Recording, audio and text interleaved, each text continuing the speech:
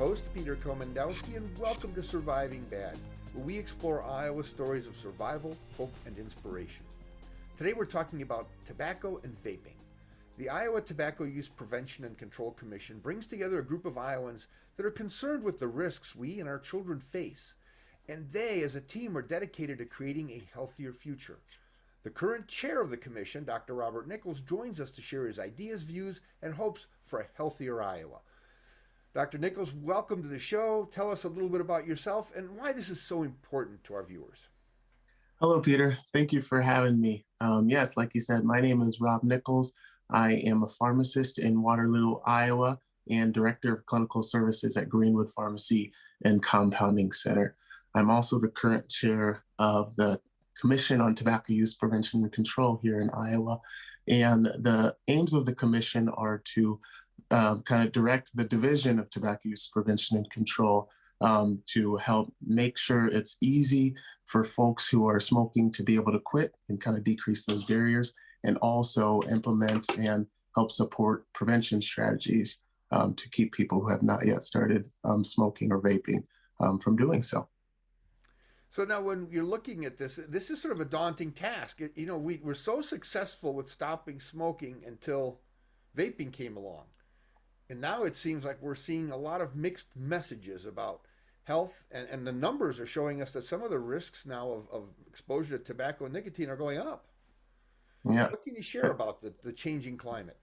that's absolutely accurate. I think initially a lot of the vaping products and the e-cigarettes were kind of promoted as a way to get away from the tobacco as a whole and all of the harmful products that are in it. But kind of what it became is very nicotine focused, and we know that there are a lot of health risks related to nicotine itself.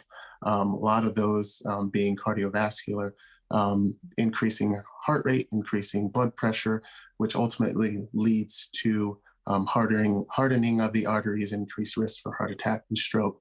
The challenge that we have is that the amounts of nicotine that people can get at any one time can be really dangerous, and there's not really regulated. It kind of created this new bigger problem that at first seemed like it was going to be a good smoking cessation option, but we're finding it's haven't had a lot more challenges, and it's starting to affect our youth as well, which is another problem. When we talk about the numbers, are we seeing a bigger increase amongst adult populations in terms of nicotine use, or is it youth populations? I think the youth populations, in particular with vaping, is where we're seeing kind of seems the scariest. There's some evaluations and surveys done in Iowa over the past few years showed probably about a quarter of 12th graders admitted to using an e-cigarette or some sort of vaping product. So when you see those kind of numbers and you see it continuing to grow, it's concerning, and we're hoping with the commission and some of the initiatives we're supporting that we can kind of work to reduce those numbers, and really hopefully working on the prevention side to keep those numbers from rising. Now, when we want to frame this properly, as far as I understand, nicotine is an extremely addictive drug. So even if young children who have a very susceptible brain, let's say, as it's evolving and learning and gaining in its prowess, there's sort of an increased risk, as I understand it, of addiction to nicotine, even if you just try it once. Is that been the case? That has. So nicotine works in a couple different ways. One in the cortex and one in the limbic system, having a stimulant effect and kind of addictive effect, respectively. Definitely at lower doses, it does have more of a stimulant effect. Nicotine does, but once we get to those higher doses, which of course are readily available to any consumer, there is a highly addictive properties to nicotine, which can spiral out of control really quickly. Now, is it also possible that we're seeing vaping for the first time really targeting children again? I mean, we know with cigarettes, we had Joe Campbell and cartoon characters, 30, 40 years ago targeting kids, and we sort of tried to limit that exposure. But there's not a lot of regulation on this vaping stuff, is there? Right.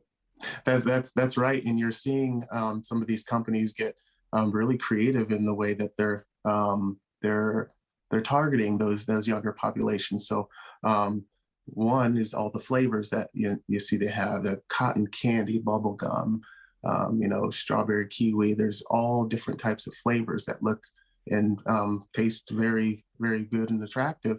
But then there's also some more kind of seemingly sinister or kind of low key ways that the marketing, just as far as the placements of some of, and kind of the eye level placements of some of these advertisements in the places that they're sold. So definitely lots of targeting that we're seeing being reported to us on the commission. We're going to take a short break, and we come back. We're going to continue our conversation with Dr. Nichols. Stay tuned. You don't want to miss this.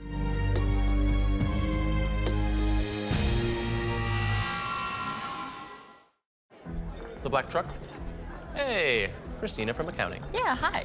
Hey, I used to date a girl named Christina. Oh, really? Yeah, and then she dumped me for my best friend. You want to see some photos of them that I took? I don't. I thought we talked about this, buddy. Buzzed and overshared again? Yeah. Yeah. I'm gonna call a car. That's a smart idea. So yeah, I know, that's why I did it. Hey, you're gonna get back to the top of the mountain. Does that mean I'm gonna get back with Christina? No. Oh. No. While a lot is changing in our world, at MediaCom, our focus remains the same, making sure you have the fastest, most reliable connection possible. During this critical time, we know your needs are changing. You may be working or learning from home, relying on telemedicine, or finding new ways to keep everyone entertained. If you need more speed, call or go online, and MediaCom will double your speed immediately for as low as $10 more a month for 1 year. Every second, 127 new devices connect to the internet. You can feel it happening, our digital world expanding with every breath. We're entering a whole new era of connectivity, and MediaCom will be ready to power it with one of the nation's first 10G platforms. We'll be bringing you more speed, more capacity, more security, and the power to do more than you ever dreamed possible.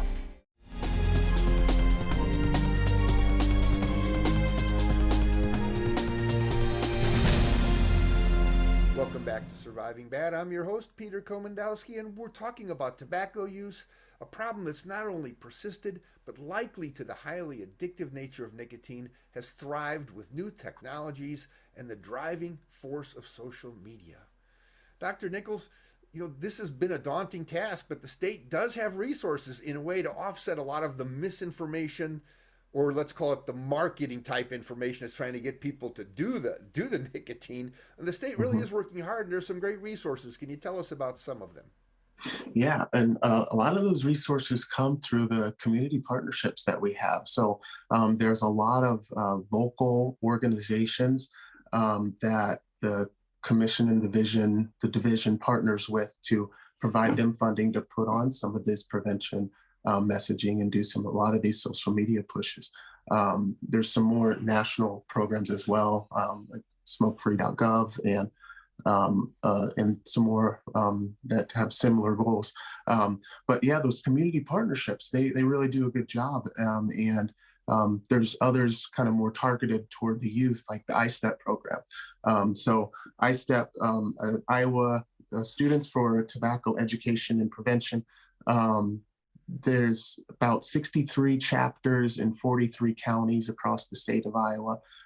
And they do a lot of work in the schools and around their communities to help bring that messaging to their communities and to the youth to help say, hey, these are the reasons why vaping is bad. Here's some resources if you're trying to smoke, and really putting that nice positive spin on prevention and control. That's a fascinating viewpoint. Now, just for a little of orientation, like we tend to look at problems gravitating towards income inequality. Are poor people more affected? Is there a high level of nicotine use? Or is this something that affects everybody in every economic spectrum?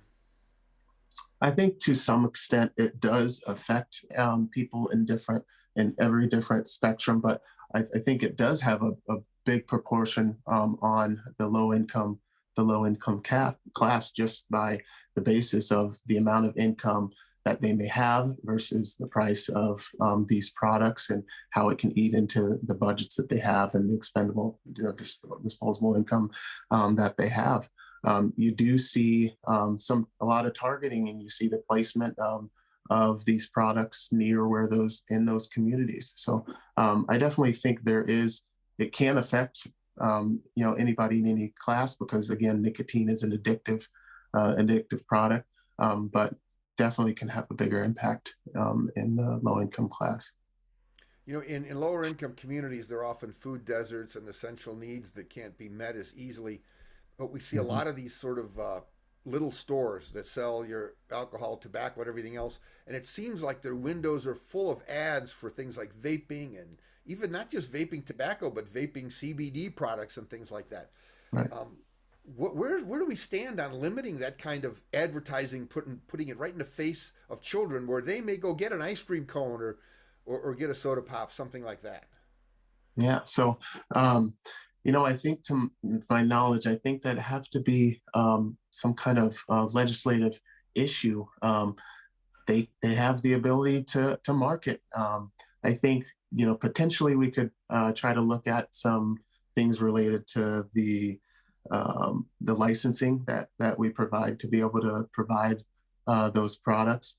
There has been some talks, around the commission about raising some of the taxes to be able to help us offset some of that marketing by increasing the amount of funding we're getting from the taxes on some of these products. Also, one of our strategic initiatives had to do with including more of these products, these types of vapor type products, into the Smoke-Free Air Act.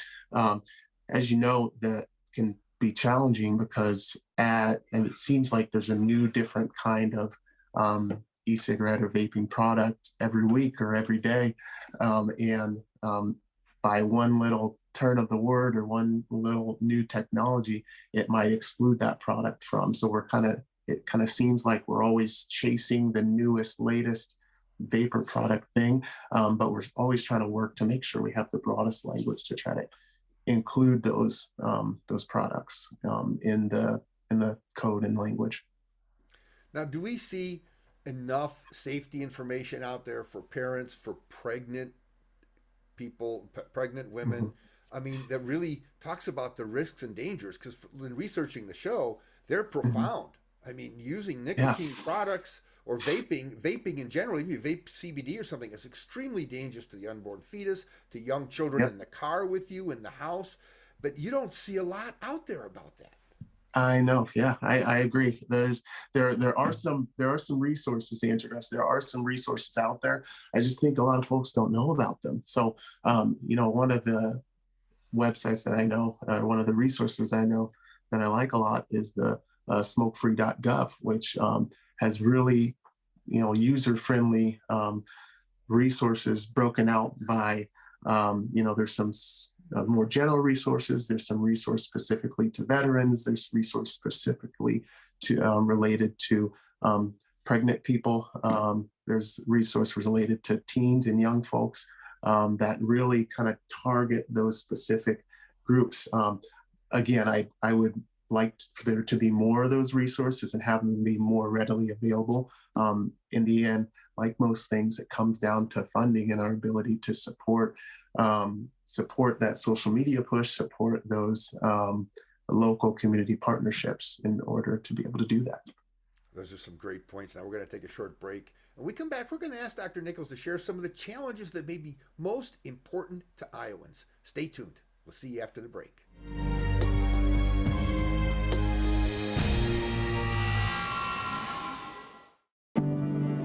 Today, more than ever, you need fast, reliable internet. At MediaCom, we want you to know you can count on us. Our fiber-powered 100% gigabit technology network was built for the future. We have enormous capacity and power, and 99.99% network reliability. So even though these are uncertain times, we're prepared. And you can be certain we'll keep your world connected. Multiple studies have shown that marijuana can slow both driver reaction and response time, which can be really dangerous. He's here. He's here. Wait. What? I can't drive. Why? My. Oh.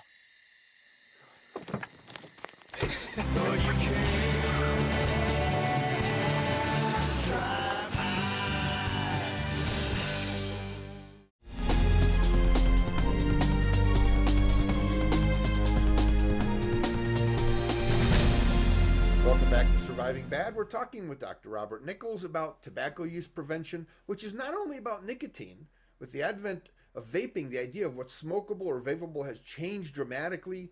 The climate has changed, and quite frankly, smoking and inhaling has been so ubiquitous that it doesn't get like on the top 10 list of most people's concerns, where in reality, it sucks the life out of young people's lives and costs taxpayers a ton of money in social costs and healthcare costs. You know, how do you grapple with that? You're the head of a commission that's their charge. It's got to be daunting. It truly is. And, the commission, I commend the people at the division, because they work so hard to make work what they're given from a funding standpoint, to be able to try to climb this mountain and, overcome this huge task that we're faced with in our state.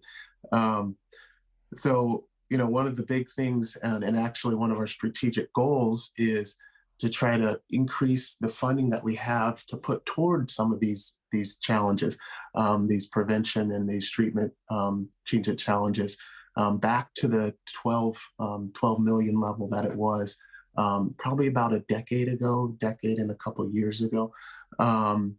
Right now, I think we're sitting at about 4 million, and it's holding there. And we're able to support our community partners, but not really to the level that we were in that first decade of the new millennium. There have been some things that have come along that have been beneficial, that have started to help us be able to meet some of these challenges. So, so I'm a pharmacist. So from a treatment standpoint, there was always a big challenge in the pharmacy. If somebody wanted to quit smoking, and that, a prescriber prescribed a medication that would help them, whether it be nicotine replacement therapy, Chantix or Zyban or bupropion, there was always, without fail, a prior authorization process. And it seemed like, wow, quitting smoking, there's so much data to show how important it is and how beneficial it can be to any other comorbidities that somebody may have. It seems like the payers make it so hard for somebody to get access to smoking cessation products. So one real big win, right when I first got on the commission, that they were working on, was removing prior authorization requirements, at least from the state Medicaid program. And that made things so much easier at the pharmacy for me as a provider to be able to help people quit smoking, or make that decision very easy to quit smoking. We didn't have to wait 3 days for an insurer to decide that, okay, yeah, we'll help you quit smoking. Another big win was the legislation, the T21 legislation, that increased the smoking, the age to acquire smoking products or tobacco products to age 21 in the state. It happened about 2 years ago, which was about 2 years ago, which was amazing. Prior to that, it was 18. So hopefully we're seeing some numbers from some of the compliance checks that we're doing that we're seeing from the alcoholic beverages division that are starting to look good, that retailers are making that transition and appropriately, not providing these products consistently, not always. It's not perfect yet, but we're starting to see compliance checks look a lot better than they have been in the past. So that's been good as well. Yeah, we've had people that have said that there was sort of it was almost like a conspiracy theory that when the vaping industry first started proliferating, they said on one side, oh, this would be great to help people quit smoking, but they marketed the heck out of the products that got people addicted to nicotine. And now I'm starting to see stats that because of the expense of vaping, that kids are starting to get back to using cigarettes. Is that true? Yes, yeah. So I've heard some things, and we've had some reported that to that as well. Because the companies will do what they can to make their money, so they will have their profit margins and they'll make them. But you'll find that, hey, maybe it's these kids, it's the nicotine that's the addictive part. The cigarettes are cheaper to get a hold of, and they can get the same thing out of cigarettes. And we're going backwards at this point. So we really need to work and speak to our legislators and hopefully kind of bring them on board to see that this funding around prevention is so vitally important to help prevent these things from happening in the first place, so that we're not spending so many dollars on the back end trying to help keep people healthy and help get it off the smoking and help with smoking cessation at that point.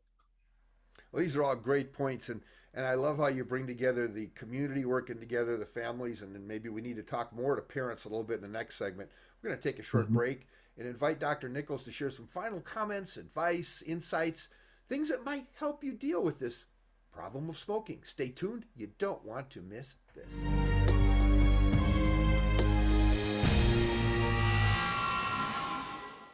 Devices connect to the internet.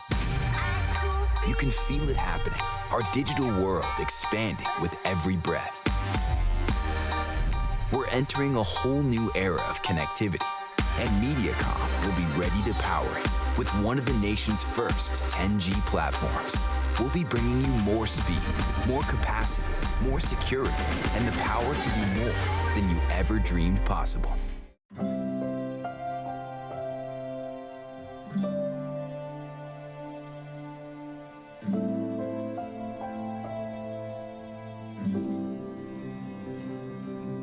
Whether it's advice on managing your anxiety or tools to help you stay grounded, Coping-19 provides a range of resources and self-care tips to help you cope with this pandemic.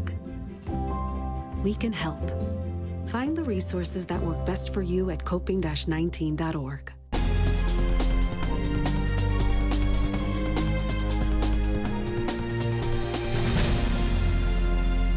Welcome back. Today on Surviving Bad, we're talking about tobacco, vaping, and the trends that challenge our healthcare and public safety professionals. And importantly, what you can do to manage the risks that can affect you and your loved ones. Let's see what advice our guest has to share. Dr. Nichols, it's your forum. Talk to people about some of the things they can do to help reduce the terrible, terrible effects of tobacco in the lives of themselves and their children. Yes. So thank you, Peter. So the first and foremost, the one thing you do is inform yourself. So there are lots of resources out there for teens, for people who smoke themselves, for parents of teens as well. There's the smokefree.gov I had mentioned earlier that has kind of targeted information and more general information about ways to smoke, information about prevention and how you can be a part of that movement. iStep Iowa, they have a lot of resources. Again, iStep Iowa is led by students. It's led by our youth to kind of work to help prevent folks from smoking and getting into vaping products, and help teens who have started, who want to quit. I know the iStep folks are really love supporting the My Life, My Quit, which very targeted to the teen population. So there's, and also, of course, I'm a healthcare provider. You can also speak to your healthcare providers about ways and the resources they have to help quit smoking. And I would be remiss if I didn't mention Quitline Iowa. It is a very tech support resource for people who are wanting to quit, and they tailor a lot of their conversation with you based on your medical history, your health history, your quit history, how many times you've tried to quit before. So very valuable resource that we offer here in the state of Iowa and that are offered across the nation that are available to you to help you be a part of this. Now, as a parent, what advice would you give to parents raising kids? I mean, it's not enough just to be aware. You almost have to be ridiculously proactive with all the social media stuff going on. What would you share with parents? Yeah, parents, the biggest advice, the best advice I could get is making sure that you're making that conversation a safe space for your kids, for your teens, to be open with you about that. Ask them, don't be afraid to ask them if they vape, because it's very prevalent in our schools. It's very prevalent in our communities. So it's likely if they don't do it themselves, they know someone that does do it, and you can have that conversation with them about the problems, about the harms of it. You can also, again, talk to your healthcare providers, your pediatricians about some resources that they have for you, or conversations that they believe you can have with your kids about how to keep them from doing it, or if they are vaping, resources they have to help them quit.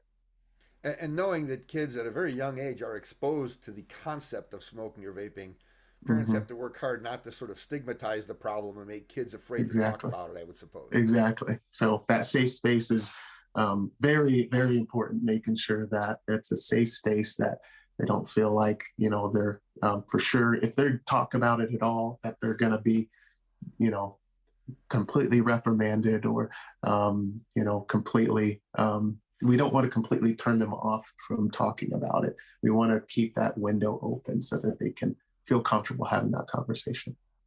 Well, thank you so very much, Dr. Nichols, for sharing with us today. And thank you all for joining us today. Check out our website at healthyiowa.org and keep your eye on MediaCom MC22 for our next episode of Surviving Bad, where we explore stories of survival, hope, and inspiration. On MediaCom MC22, your local programming leader.